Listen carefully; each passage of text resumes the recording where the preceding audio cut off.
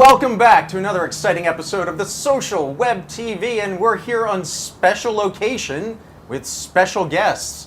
Maybe it's the suit edition. We'll get to that. Yes, we've gone all corporate, but actually we are in a much more informal setting. This time we are actually at Citizen Space. Citizen Space? Citizen Space, yes, actually very appropriately named for today's conversation. This is actually a co-working space that was started several years ago. I was a co-founder, and this is a place where people, independents, various folks come to work and hang out and have a good time. So we're very happy that they were able to provide us a space for the show at short notice. Thank you, Citizen Space. And we've got special guests, because in the news this week, during a conference in San Francisco for the RSA event, there was an announcement this week, the formation of a new organization, Yes, OIX. Or the Open Identity Exchange. So with us we've got Don Thibeau from the OpenID Foundation, and we've got Drummond from the Information Card Foundation. They're going to give us a little background on where this all came from, what it means, why it's important, and what we can kind of expect in the future for these types of identity technologies, which we've actually spent a good time talking about on this show. And in fact, we sort of previewed this a couple times in the last several episodes. So welcome, guys. Yeah, Thank you. yeah, glad to have you guys here. So, Don, maybe you can give us a little bit of a backstory. Where did this come from? What happened to get us to where we are today? And of course, this is in the context of OpenID and information cards, these technologies that allow individuals to identify themselves to websites in convenient ways without creating new passwords. I'm getting the pitch down a little bit here. But yeah, so Don, tell us about this. Well, the suit theme is a good one because about a year ago, the CIO of the United States government, a guy named Vivek Kundra, invited the OpenID board to come to Washington and have a meeting at the White House. And so you saw for the first time people Me in a like suit, actually. Recordon and Messina in these suits. It was a little weird. It was very weird, and I think Luke Shepard looked like he was going to a funeral afterwards. It was kind of like OpenID growing up then, right? Graduating, going off to college. The OpenID bat mitzvah. But what Vivek had to say was, look, I need you guys. I need the identities and the consumers that you represent, you, Google, Yahoo, AOL, etc. And his notion was that he wanted to open government. Obama's big thing, of course, is open government and transparency. And to bring transparency and accountability to the government, you need to work over the web. And in order to work over the web, you need to have identities, and you need to trust identities. So this whole conversation that began a year ago in suits at the White House has resulted this year at RSA, a year later, in the formation of a special purpose entity that we call OIX, Open Identity Exchange. It's kind of the love child of two foundations. Nice. The Information Card and OpenID Foundation thought it wasn't important enough to give grants to start a place where we could meet government requirements.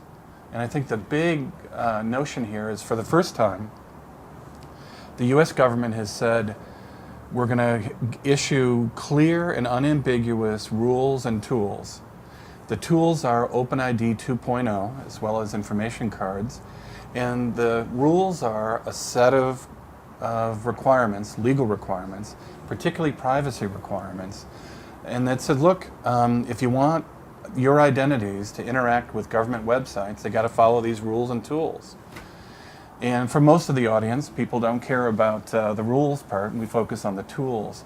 But I think many of us know that the thing that's been holding up widespread adoption, particularly in the mother of all use cases, the US government, is that you've got to get both right. You got to interoperate on both levels. And what's cool here, the government said, here are the privacy principles that we need you to follow, clearly articulated, and it allows companies to opt in, to decide who wants to play with both those layers, the technical interop and the policy interop.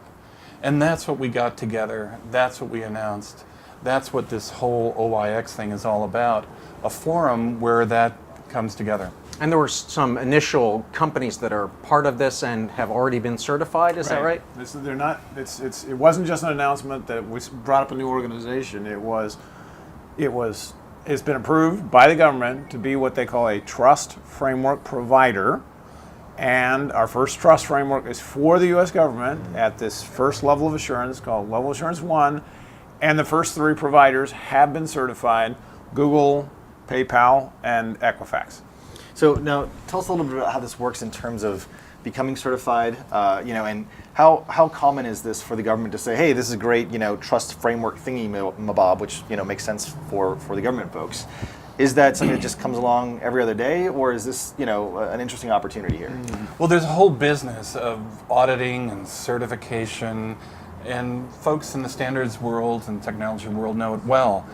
But a year ago, Raj Mata at Yahoo said, we will do this with 3 conditions. It has to be lightweight, it has to allow self-certification, and it has to be inexpensive. To that, the government added, okay, but it has to be credible. So that was really the design principles of what became OIX. And as Chris suggests, the notion of self-certification is really important to companies like Google or Yahoo, because even how logons are processed are important pieces of IP. So what we did was to take a leadership position and say, sure, government will play, but we've got some ideas about how best to do that. So how soon will anyone in the audience be able to use an identity from one of these certified providers and access some kind of services? You can access a login at the National Institute of Health, usually known as NIH, today. They showed it here at RSA. It's NIH runs what they call Federated Login Service on the government side, which really means if you get to that site, you can then get to a whole bunch of different things that they offer. And they've added OpenID 2.0 support, and now from these 3 providers, well, actually Google and PayPal will provide that OpenID login today. It's working. You can go, if you have a Google account or a PayPal account, you can go use that at NIH today. Now, NIH is just the tip of the iceberg in terms of literally, you could not. There are a set of additional agencies lining up to say, okay, now we want OpenID on our site, or we want information cards on our site.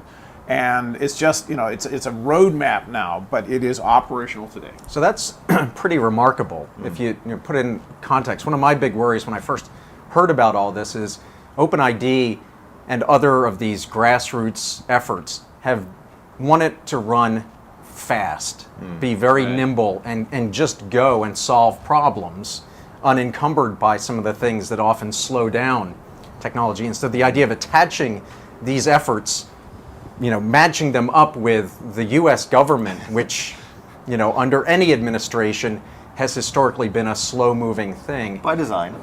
Yeah. Jefferson's design, you got it? I just wouldn't have expected to see progress happen within a in year. months as opposed to within years. Well, I think it's going to continue, because whether you want to take kind of the high road, which is transparency, accountability, open government, or you want to simply look at the economics of how governments like California today, you have to deliver services over the web. It's the only efficient way to increase services and decrease costs. So I think there's going to be a real big momentum that builds up behind what we just described. Well, I think there's another context which we've alluded to in the past in this show, which is, of course, as more and more people are using the web for more and more interesting use cases and more compelling cases, every site and every service that you use requires some kind of account. And today that means creating a new username, a new password at all the different places, which actually, for most people, they reuse the same set of credentials over and over again. So on the one hand, for users, it sort of seems like they're getting single sign-on, but what they're really doing is they're actually spreading their risk across many different places. So as opposed to just having your keys to one place, and that one place sort of tells all the other ones, yes, it's okay, this is really Bob or whoever it says he is. What you're doing is you're giving your keys to all these different places. So I think this is actually a very interesting step forward, and one that's incredibly relevant and powerful, and a kind of foundational place to start the next generation of the social web, as well as the commercial web and the government web and whatever these things are going to look like. And it's got to start here. Now, one of the things that I think people have asked me about is, well, does this really make a big difference? what kind of identity services can be provided here. Maybe you can talk a little bit about this concept of level of assurance. And what that means. It's sort of a jargony way of, I guess, saying, how certain are we really that, this person on the site is not a dog or is, Susan or whoever she says she is. Right. I think it's actually one of the most important concepts when it comes to how identity will be used. It's not just about security, it's also about increasing levels of privacy and usefulness for the identity you're asserting. In fact, one of the most important things, so when we talk about levels of assurance, we're talking about sort of progressively greater confidence on the part of the, so you as a user, you're using an OpenID provider, let's say it's PayPal for instance, okay? And you want to go to a government agency, well, if you want to go and reserve a campground, right, at Yosemite, that doesn't need a very high level of assurance. They don't really need to know who you are. Right, but they do need to, when you need to go back and change that reservation, they need to know it's you. And actually for the government, the big thing is they just want to make sure that they're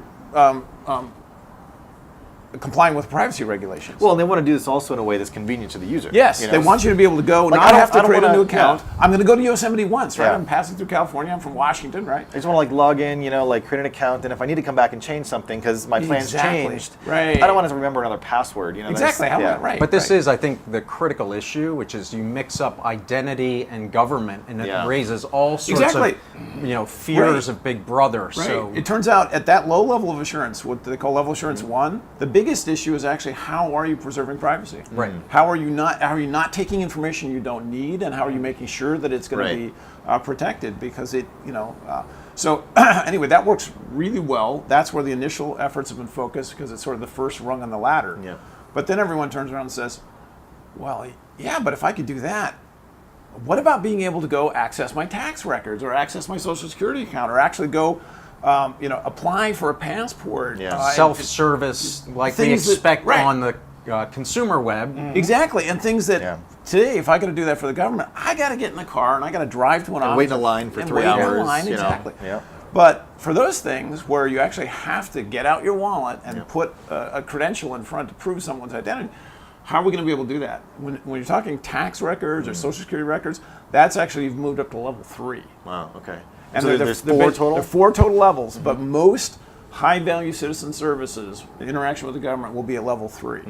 And basically, sort of the rules that apply in terms of privacy and security, the amount of identity vetting that someone's done, they increase as you go up.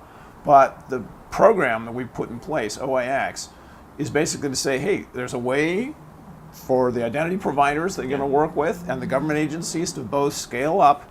And so if you want to go to the IRS and you need a level 3 credential, PayPal or Equifax, they're in that business. They're going to be able to do that for you, and the IRS will take it. Right. So basically, to break this down, today the idea is that if I go to some website, like the Parks and Rec site, and I want to reserve a campsite, I could essentially assert that my name is Bob, and they'll be like, "Hey Bob, how's it going? You can reserve a campsite." And I come back 2 weeks later, I'm like, "Hey, I'm still Bob. Can I have access to my camp record or whatever?" They're like, "Great." Now, meanwhile, I go over to this other government website. I'm like, "Hey, my name's Jeff." They're like, "Cool, Jeff. What's up?" And they let me have some service or whatever. Now, this could all be done from the same, let's say, Google account, depending on how it's set up. And I don't have to create a new password or anything like that. These 2 websites don't actually know that it's the same person, so my privacy is preserved. Right. And down the road, if I'm like, wow, this is kind of annoying that this one's calling me Jeff and this one's calling me Bob, I actually want to sort of merge those identities and let them know that I'm actually the same person, then that could actually happen. And you control when that happens. Okay, that's really interesting. So this is obviously a very rich topic, and we could and probably will be back to talk about it again.